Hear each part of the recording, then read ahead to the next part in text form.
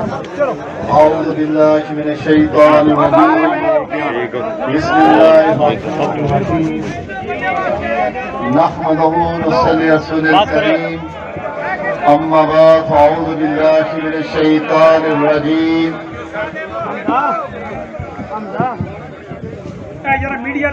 میں اسٹیج پر بیٹھے ہوئے اپنے بڑے بھائی حاجی جوید اختر صاحب ممبر قانون ساز اسمبلی آزاد جموں و کشمیر ایکس ایم این اے بڑے بھائی چودھری جعفر اقبال صاحب بڑے بھائی میجر معین صاحب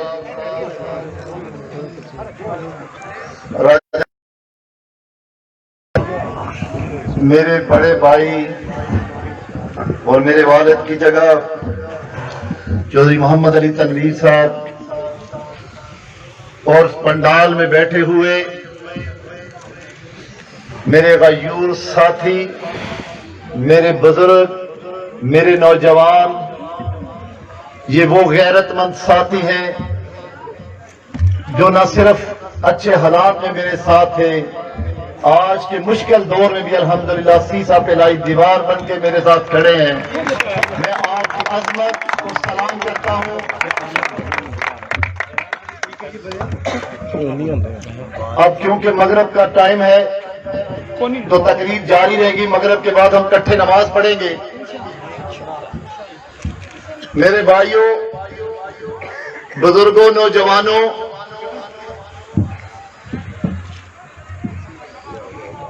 کیا مجھے یہ بتائیں کہ تبدیلی کا مزہ آیا ہے یا نہیں مزید تبدیلی چاہیے سرائے رمگیر والوں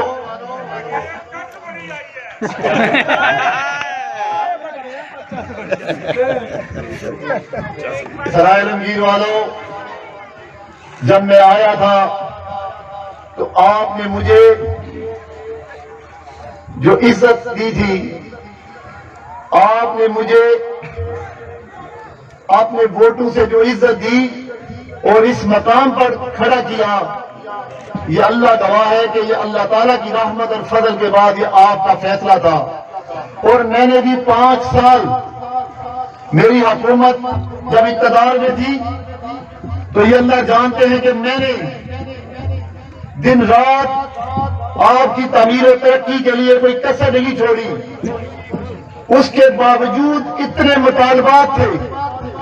کہ مجھے سمجھ نہیں آتی تھی کہ میں ان کو کیسے پورا کروں لیکن اللہ کے فضل و کرم سے چنگس فرین سے لے کر آخری گاؤں پنڈ عزیز اور نالی تک میں نے کوشش کی کہ میں کہیں کوئی چھوڑوں نہ جہاں پر روڈ نہ پہنچے پل نہ بنے گلیاں نالیاں سڑکیں نہ بنے کالج نہ بنے 2 سال ہو گئے ہیں اس ناجائز حکومت کو آئے ہوئے وہ ناجائز حکومت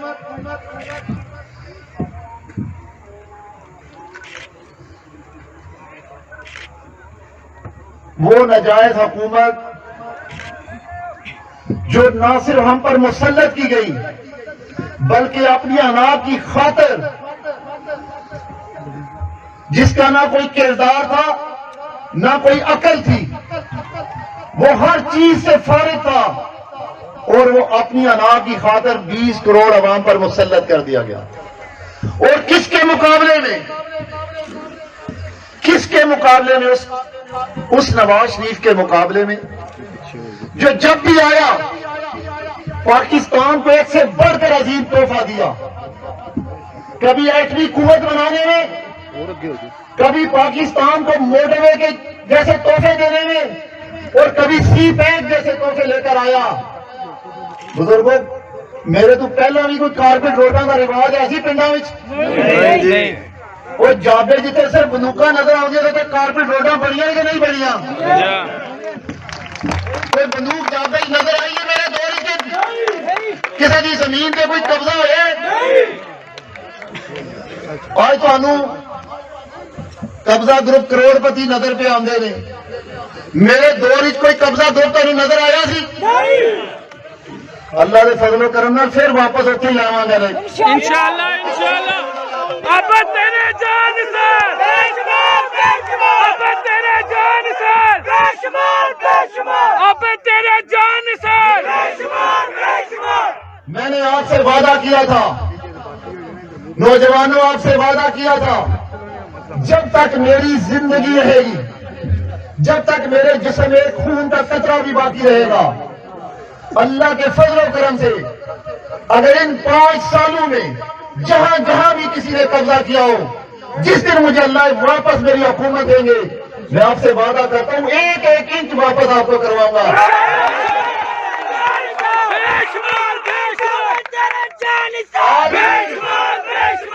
آج بھی آپ کی طاقت سے روک سکتا تھا، اس لیے نہیں روکا تاکہ سیاست کا فرق پتا چلے لائق اور نالائق حکمرانوں کا، پتا چلے کہ جب نالائق اور نااہل اور چور ڈاکو لوگوں پر مسلط کیا جاتے ہیں تو پھر اس کا نتیجہ کیا نکلتا ہے۔ اللہ تعالیٰ کے فضل و کرم سے وہ وقت میں آپ کو بتا دوں، میرے اللہ نے چاہا، مغرب کا وقت ہے، میرا یقین اور ایمان ہے کہ اللہ کی مدد، اللہ کی نصرت حق والوں کے ساتھ ہمیشہ آتی ہے۔ ہم یہ فرسودہ نظام، یہ نالائق اور نااہلوں کا ٹولہ، یہ چور اور ڈاکوں کا ٹولہ، انشاءاللہ اللہ تعالیٰ نے چاہا آپ استقامت سے کھڑے رہے، آپ کی دعائیں ہمارے ساتھ رہی، نوجوان ہمارے بازو بنے، تو انشاءاللہ یہ دور نہیں، دسمبر سے پہلے سے گھر بھیجیں گے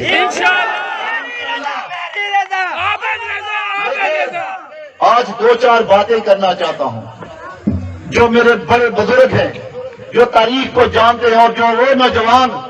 جو سیاست کو پڑھتے اور سیکھتے ہیں، آج میں صبح شیخ مجیب الرحمان کی تقریر سن رہا تھا جو 1970 مارچ میں انہوں نے کی۔ شیخ مجیب الرحمان بنگالیوں کا لیڈر تھا،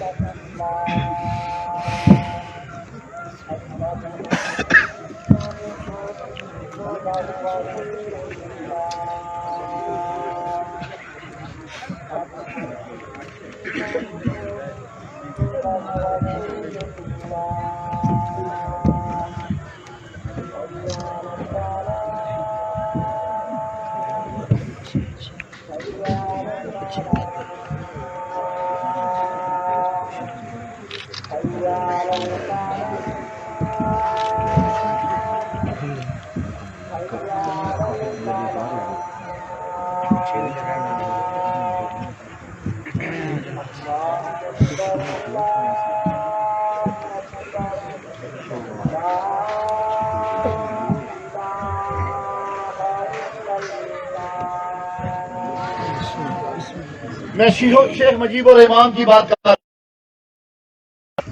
ہوں، کیا جائے تب میں اسمبلی میں جاؤں گا۔ آپ نے قبائلیوں کے خلاف آپریشن کیا تو آپ نے منظور پشتین وہاں کھڑا کر لیا۔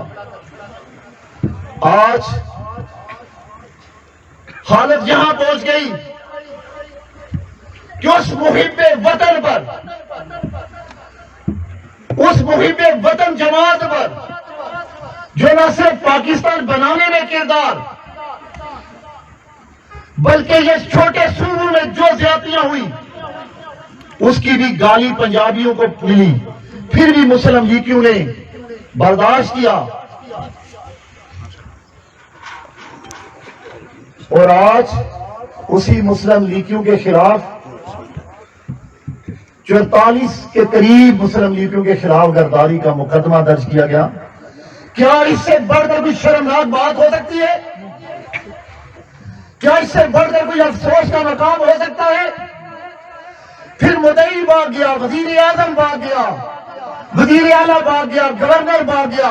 کہتے جی ہمیں تو پتہ ہی نہیں کہ یہ ایف آئی آر کس نے کرائی۔ پھر غور کریں، اگر یہ ایف آئی آر نلائق اور نااہل وزیر اعظم بھی نہیں کرواتا، وزیر اعلیٰ بھی نہیں کراتا، گورنر بھی نہیں کراتا، تو پھر اس کا مطلب ہے کہ یہ سب کٹ پتلی ہے، ان کے پیچھے کوئی اور ہے۔ بھائی مانتے ہیں کہ نہیں یہ کٹ پتلی ہے یا نہیں؟ یہ نلائق اور نااہل اور کم ظرف ہے یا نہیں؟ میرے بزرگوں، بھائیوں، نوجوانوں، اگر آپ پوری ریاست کو، اس کے نظام کو بچانا چاہتے ہیں، بس سمجھانا چاہتا ہوں، تقریر نہیں کرنا چاہتا، کہ پھر آپ کو نواز شریف کی آواز بننا ہوگا، آپ کو مولانا فضل الرحمان کی آواز بننا ہوگا، آپ کو اس ڈیموکریٹ لائنس کی آواز بننا ہوگا، اور پھر قوم کی اس بیٹی اور بہن کے لیے یکجہتی کے لیے 16 کو گجرانوالہ میں اسی طرح ہوگے جس طرح یہاں پر آئے ہو انشاءاللہ، انشاءاللہ۔ بات کھڑا کر کے بتاؤ، 16 کو آؤ گے، 16 کو آؤ گے، ساری رکاوٹوں کے باوجود آؤ گے، آؤ گے وہاں پر، یہ فیصلہ کن مار کر لڑو گے، فیصلہ کن مار کر لڑو گے، ثابت کرو گے، ووٹ میں عزت بنا کے واپس آئیں گے، ثابت کریں گے جب تک ووٹ میں عزت نہیں ملتی ہم چین سے نہیں بیٹھیں گے۔ بتا دو کہ مریم نواز شریف ہم تمہارے ساتھ کھڑے ہیں، نواز شریف کے ساتھ کھڑے ہو، اس کے نظریے کے ساتھ کھڑے ہو، اس کی سوچ کے ساتھ کھڑے ہو۔ بی بی تم قدم بڑھاؤ، ہم تمہارے ساتھ ہیں، اب تم قدم بڑھاؤ، ہم تمہارے ساتھ ہیں۔ نوجوانوں، کل نواز شریف صاحب نے ایک تقریر کی اپنے ایم این اے اور ایم پی اے کے ساتھ، سینیٹر کے ساتھ،